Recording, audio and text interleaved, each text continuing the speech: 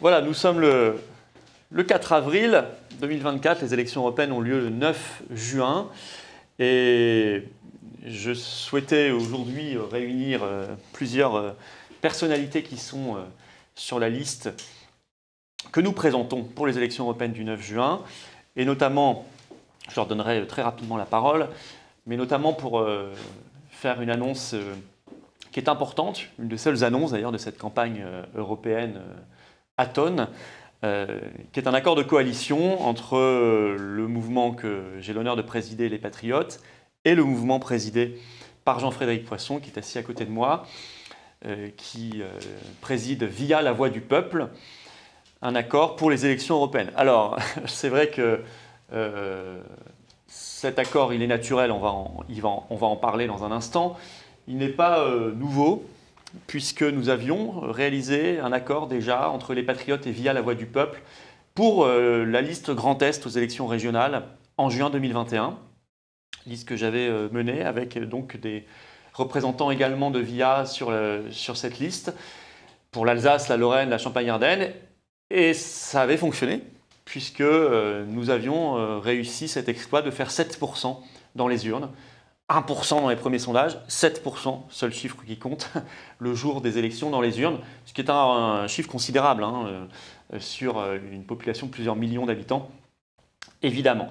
Et d'ailleurs, Pierre-Yves Rougeron était lui-même sur la liste, tête de liste pour le département de la Haute-Marne. Cette annonce de coalition est un événement de campagne puisque il démontre que les souverainistes que nous sommes avons bien l'intention de partir rassemblés dans cette élection. Une élection très importante qui porte des messages, en tout cas les messages que nous souhaitons imprimer dans cette élection sont au cœur du débat public français. Cette liste a pour objectif de défendre des idées très claires et très fortes. D'abord et avant tout, notre pays est aujourd'hui complètement empêché par l'Union européenne et par ses politiques, à tout point de vue. Et donc nous souhaitons porter cette idée d'indépendance nationale et de souveraineté de la France. Alors vous me direz, le mot souveraineté, il est à la mode, même le président de la République, Macron, l'utilise. Oui, mais il l'utilise pour le défaire. Il parle de souveraineté européenne, et dans les faits, tout ce qu'il fait, tout ce que son gouvernement fait, vise à détruire, à détricoter minutieusement la souveraineté nationale, à tout point de vue. Je vais donc tout simplement lire ici ce qu'il y a dans notre communiqué de presse d'annonce de cette coalition qui vous est distribué, qui va être mis en ligne. La liste souverainiste ainsi créée entend défendre des idées claires et fortes. 1. L'indépendance nationale et la souveraineté de la France par la sortie de l'Union européenne, dont le fonctionnement piétine la démocratie et dont les politiques nuisent gravement aux intérêts de notre pays dans tous les domaines. 2. La paix en Europe et dans le monde, ce qui suppose de sortir de l'OTAN à l'heure où le risque d'une confrontation militaire directe avec la Russie fait planer la menace d'une troisième guerre mondiale. Et nous avons encore vu hier à quel point les inconséquences graves et dangereuses de Macron nous menaient, puisque le gouvernement russe s'est permis de demander si les services secrets français étaient possiblement derrière l'attentat. Si on en est là dans la relation entre nos pays, c'est bien que quelque chose a dysfonctionné à un moment. Et on sait très bien ce qui a dysfonctionné. C'est l'escalade entretenue par Macron, notamment ses récents propos sur le possible envoi de troupes françaises en Ukraine. Troisième point, la défense de nos libertés, individuelles comme collectives, aujourd'hui gravement menacées par l'Union européenne et ses règles de censure des réseaux sociaux et des médias, ses projets d'identité et d'euro numérique, de passes diverses et variées, et de restrictions en tout genre.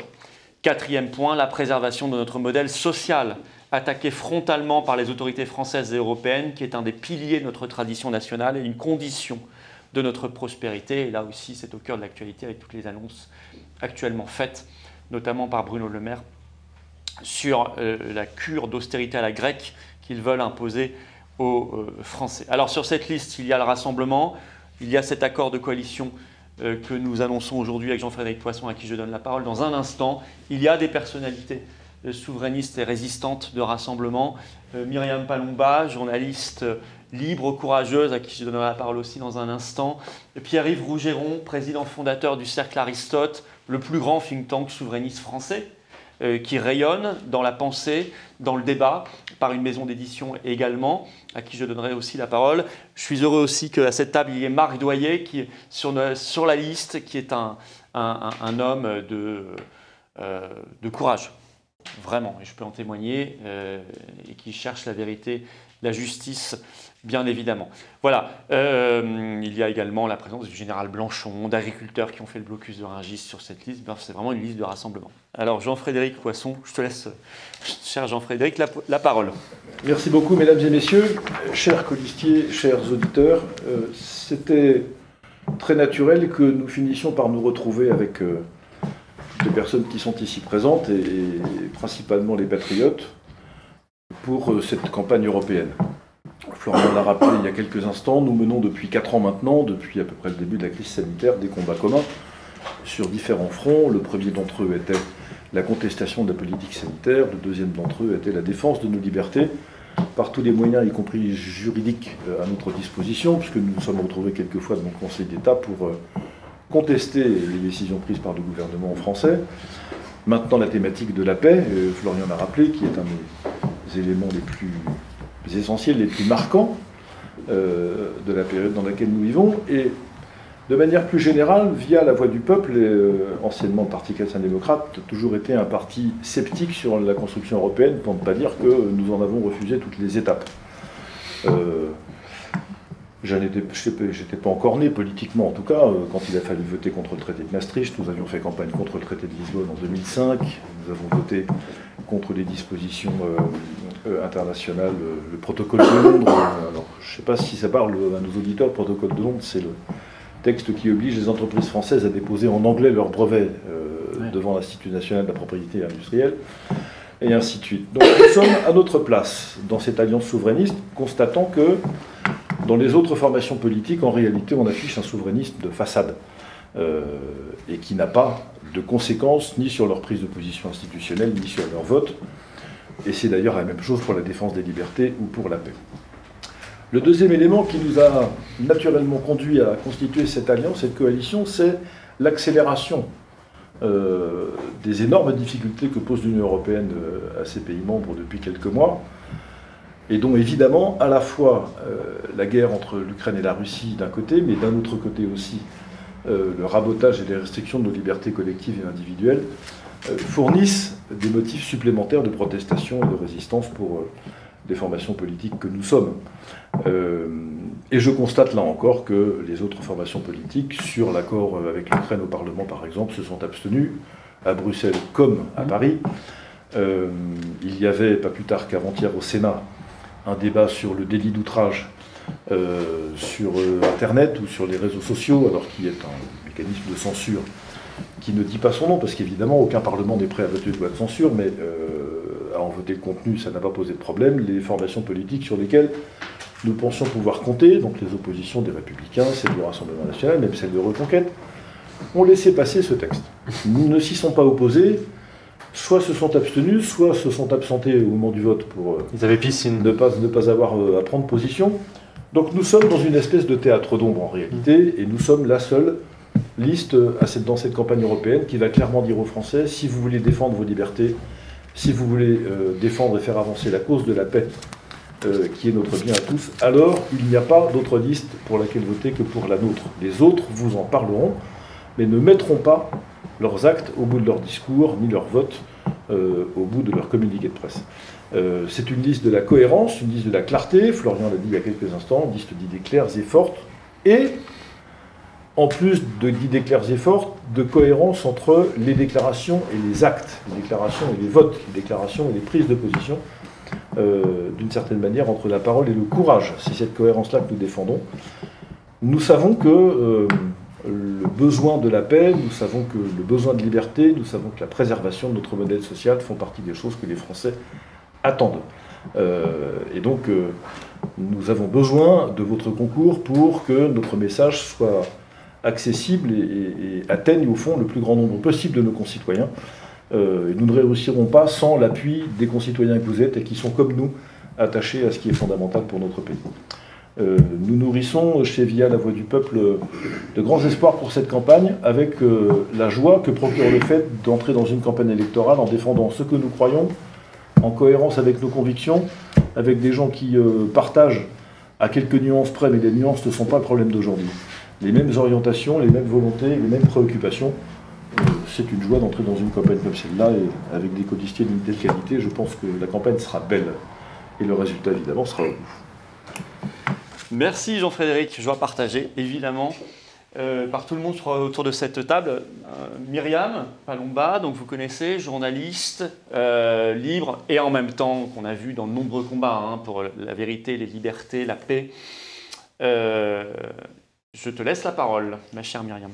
Vous avez déjà dit énormément de choses, évidemment, sur tout ce que vous avez abordé, sur tous les thèmes de notre campagne. Je suis totalement alignée. Alors c'est vrai que ma candidature peut surprendre, et je te remercie voilà, de ta proposition qui est un honneur pour moi. Pourquoi aujourd'hui j'ai décidé de m'engager alors que je suis journaliste et que voilà, c'était pas forcément ma fonction première, c'est que depuis plusieurs années, et notamment depuis la crise sanitaire, j'ai vu l'état de la France se détériorer, j'ai vu une atteinte considérable à nos libertés, et c'est vrai que nous avons été avec d'autres, et moi en priorité aussi, beaucoup dans la contestation, et qu'aujourd'hui j'ai envie de passer à l'action parce que notre pays le mérite, les Français le méritent, et que pour moi nous sommes effectivement la seule liste qui offre de l'espoir aux Français, et ça je crois que c'est important de le dire. Là nous sommes face à une Europe qui est dirigée par une oligarchie, par des lobbies, une Europe corrompue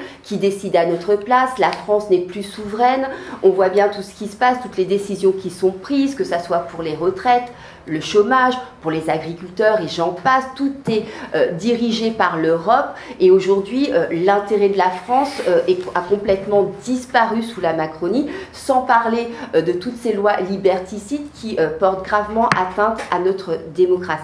Donc pour toutes ces raisons, et aussi parce que je suis journaliste et parce que pour moi la liberté, et la liberté d'expression en particulier, est essentielle, et que je la vois chaque jour grignotée par cette Union européenne qui en fait est sous le contrôle, comme je disais tout à l'heure, d'oligarques ou de lobbies, est gravement atteinte, et pour moi cet engagement est essentiel. Nous, contrairement à d'autres, nous ne disons pas aux Français que l'abondance c'est fini. Il y a énormément de choses à faire. Nous voulons la paix, la liberté et le Frexit. Et c'est très important. Nous sommes la liste de l'espoir, la liste des souverainistes qui sont là, qui se préoccupent des Français et de la France. Et vous pouvez compter sur nous pour mener à bien toutes ces choses au Parlement européen pour faire bouger les choses et le faire bien éclater. Formidable, merci Myriam. Pierre-Yves Rougeron, donc vous connaissez, président fondateur du Cercle Aristote. Toi aussi, c'est une deuxième expérience électorale, si je ne me trompe pas. Moi, voilà. Donc c'était pas non plus forcément très très naturel. Je ne sais pas ce que tu en penses. Et en tout cas, comment tu expliques, quelles sont tes motivations pour cette liste et ce combat? Moi, j'ai toujours dit que je soutiendrais une dynamique d'union, et je dois te rendre hommage à toi ainsi qu'à Jean-Frédéric pour l'avoir impulsé. Donc, il est tout à fait naturel que j'y apporte mon modeste concours, surtout que, ça a été très bien dit par Myriam, nous avons un problème d'urgence.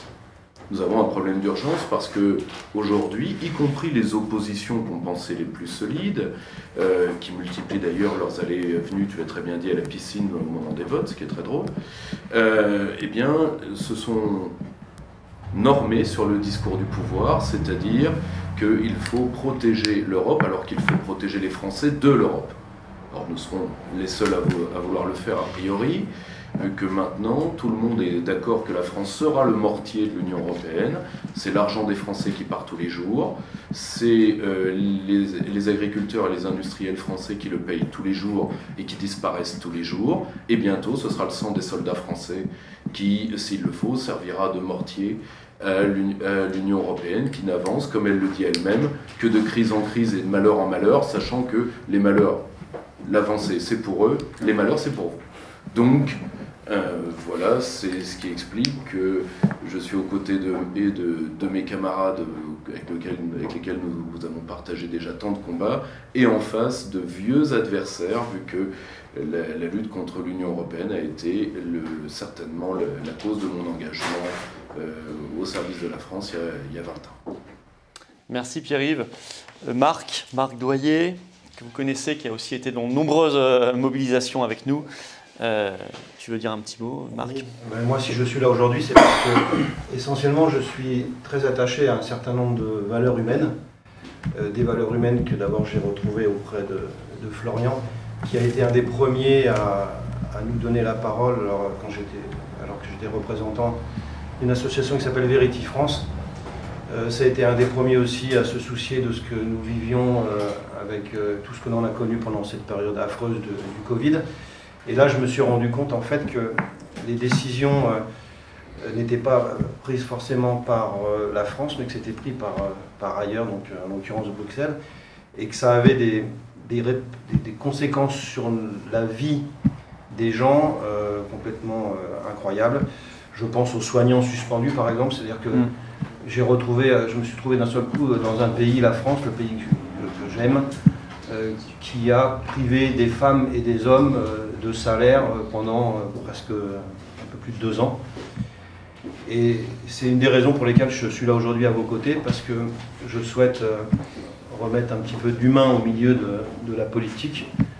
Et j'ai retrouvé ce côté humain dans toutes les manifestations auxquelles j'ai participé avec les Patriotes.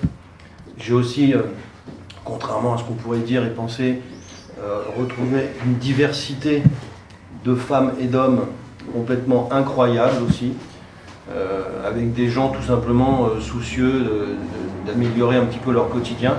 Et pour moi aujourd'hui, malheureusement, je fais le constat que l'Europe, c'est synonyme de concurrence déloyale pour beaucoup de nos commerçants, de nos entreprises, que c'est synonyme surtout pour la santé de décisions qui font que on a vacciné par exemple aveuglément les gens sans leur demander leur avis.